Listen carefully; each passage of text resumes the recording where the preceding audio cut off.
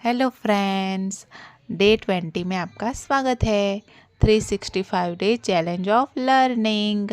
आज है डे 20 और आज डेट है 14 नवंबर 2025।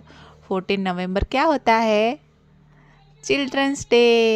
तो सभी बच्चों को हैप्पी चिल्ड्रंस डे। मेरी चैनल को लाइक कर देना, शेयर कर देना और सब्सक्राइब भी कर देना। चलो हम 20 का टेबल सीखते हैं।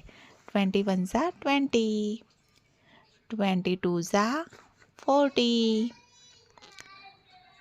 23 ज़ा 60, 24 ज़ा 80, 25 ज़ा 100, 26 ज़ा 120, 27 ज़ा 140,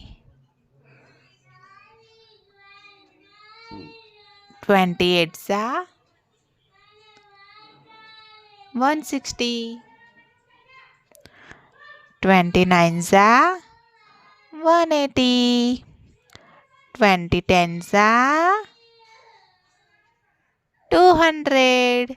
ओके बाय, कल अब मिलेंगे।